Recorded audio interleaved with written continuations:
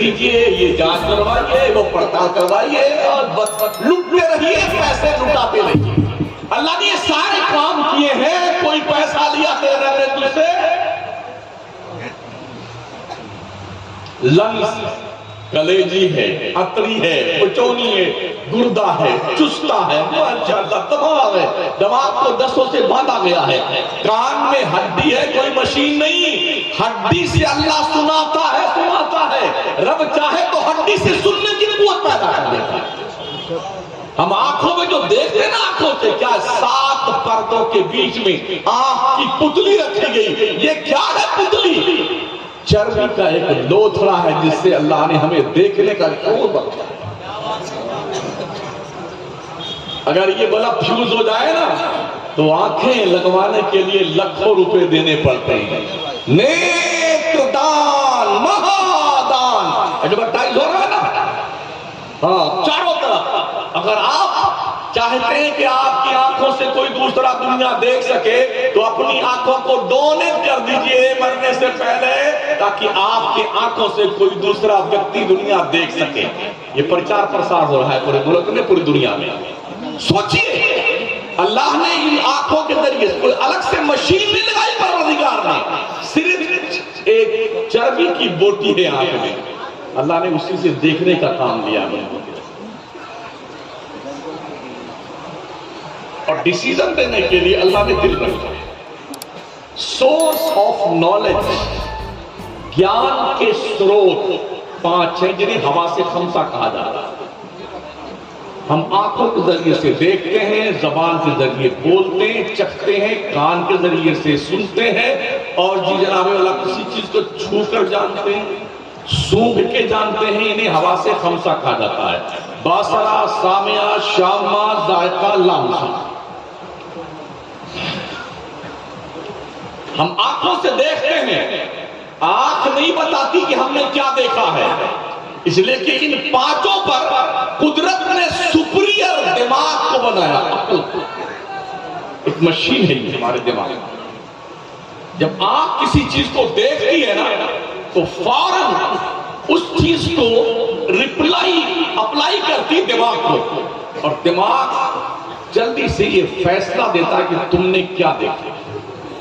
کان سے ہم کچھ سنتے ہیں نا، کان صرف سننے کا کام کرتا ہے، فیصلہ دینے کا نہیں۔ پھر کان جو ہے دماغ کو میسج بھیجتا ہے کہ ہم نے کیا سنا، بانسری کی آواز ہے کہ ڈھولک کی آواز ہے، بلبل کی آواز ہے یا گدھ کی آواز ہے، بانس کی آواز ہے یا کوئی اور آواز ہے۔ تو کان نے اپلائی کیا دماغ کو، دماغ فیصلہ دیتا تم نے کیا سنا۔ ایسے ہی ہم زبان سے چکھتے ہیں نا، کھٹا ہے کہ میٹھا ہے، کڑوا ہے کہ نمکین ہے، یہ فیصلہ زبان نہیں کرتی ہے، زبان چکھنے کا کام کرتی ہے، اپلائی کرتی ہے دماغ کو۔ بتاؤ ہم نے کیا چکھا ہے، تو دماغ فیصلہ دیتا ہے کہ تم نے نمکین کھایا ہے، پکوڑی کھائی ہے، کچوری کھائی ہے، تم نے لڈو کھایا ہے، میٹھا کھایا ہے، ڈیسیژن دماغ دیتا ہے۔ ایسے ہی ہم کسی چیز کو چھوتے ہیں نا، ٹچ کرتے ہیں تو ہم محسوس کرتے ہیں، اس سے ہمارا یہ حاسہ جو ہے نا، یہ فیصلہ نہیں کرتا ہم نے کیا چھوا ہے، گرم ہے کہ ٹھنڈا ہے، اسے اپیل کرتا ہے دماغ کو، اور دماغ فیصلہ دیتا ہے۔ لیکن ان ساری چیزوں پر قدرت نے جو مانیٹر بنایا ہے وہ دل کو بنایا، دل کو۔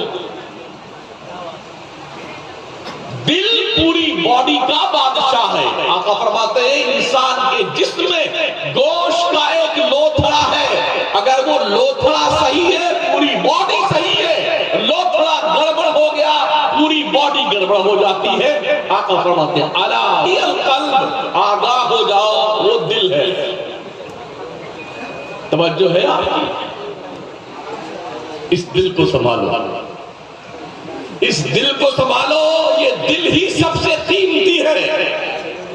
اسی لیے رب نے فرمایا الا بذکر اللہ تطمئن القلوب، اس دل کو اطمینان دینا چاہتے ہو تو ذکر الہی کرتے رہو، اللہ کی یاد میں زبان بالکل بے خودی کے ساتھ گنگناتی رہے، دل مطمئن رہے گا۔ یاد کیجیے اپنے رب،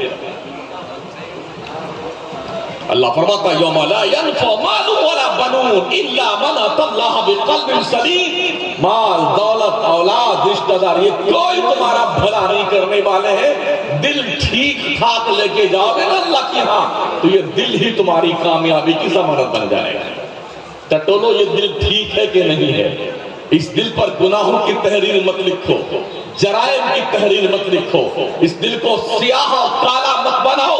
اس دل کو کلین کیجئے، صاف ستھرا بنائیے. اس دل پر اللہ و رسول کے محبت کی تحریر لکھیے تاکہ یہ دل زندہ رہے. اگر اللہ رسول کی محبت کی تحریر نہیں تو وہ دل مردہ ہو جاتا ہے. مردہ. دل کو زندہ کیجئے.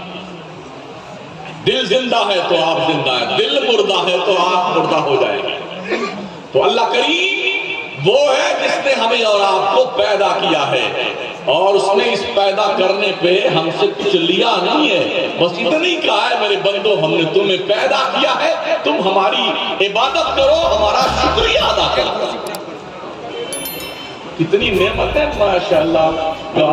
تیتر، بٹیر، کاجو کتلی، برفی، گلاب جامن، تربوزہ، خربوزہ، کیا کیا کھائے جا رہے ہیں. کیا کیا یہ اللہ کی نعمتیں ساری کی ساری نعمتیں خدا کی ہیں.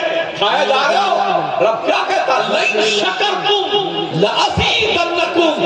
بندے اگر تو میرا شکریہ ادا کرے گا ہم نعمتیں اور تجھے دیں گے.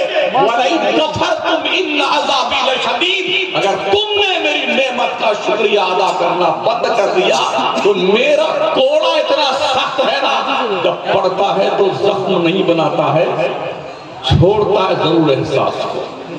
ابھی ترکی والوں پر، لیبنان کے لوگوں پہ اور جناب والا سیریا کے لوگوں پہ قدرت کا کوڑا پڑا ہے نا. 40 سیکنڈ میں زندگیاں موت میں تبدیل ہو گئی. کچھ احساس ہے. ہم تو کیا سو رہے میرا کیا ہوگا یار، میرا کوئی کیا بگاڑ لے گا. کوئی کچھ بگاڑے چاہے نہ بگاڑے، لیکن اللہ جب چاہے گا نا تو تمہاری زندگی کا چراغ گل کر دے گا. ہاں یہ دھیان رکھنا. اس لیے رب کی بندگی کرتے رہو، میکسیمم 5 وقت کی نماز پڑھتے رہو. یہ نماز تیری اندھیری قبر میں روشنی کا کام دے گی.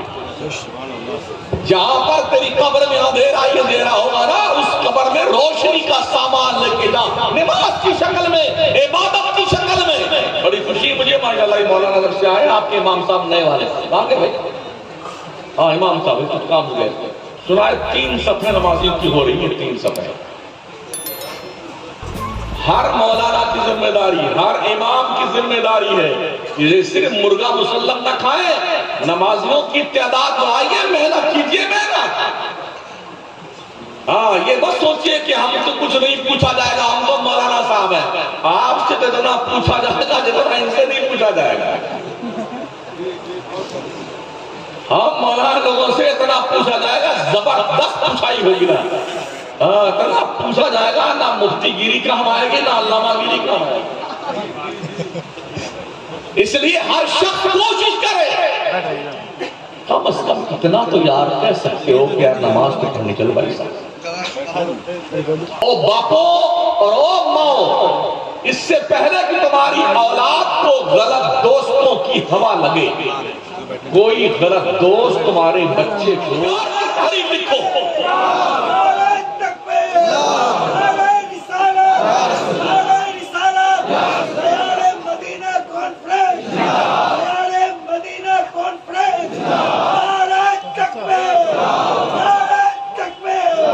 اور اسلام کی مقدس شہزادیوں، ماں بہنوں، اس سے پہلے کہ کوئی بھی بری لڑکی، بری عورت تمہاری بچی پر باضابطہ طور پر ڈورے ڈال کر کے بری سنگت اور برے تحریر اس کے دل پہ لکھے، تم خود ہی کلوز بن کر کے اپنی بچی کے دل پر کنیز فاطمہ بننے کی تحریر.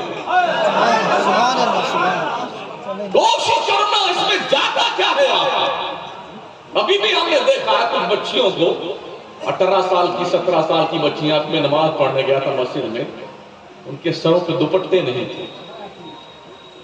مراد کو کہ لوگوں ہماری ذمہ داری یہی جو ہم غلط دیکھتے ہیں اس کو غلط ہی کہتے ہیں.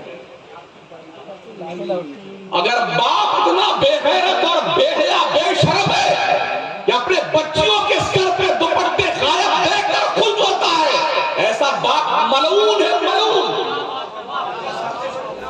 کوئی ماں اپنے بچی کو بے پردہ رکھ کے چلاتی ہے وہ ملعون ہے، بے غیرت ہے وہ ماں۔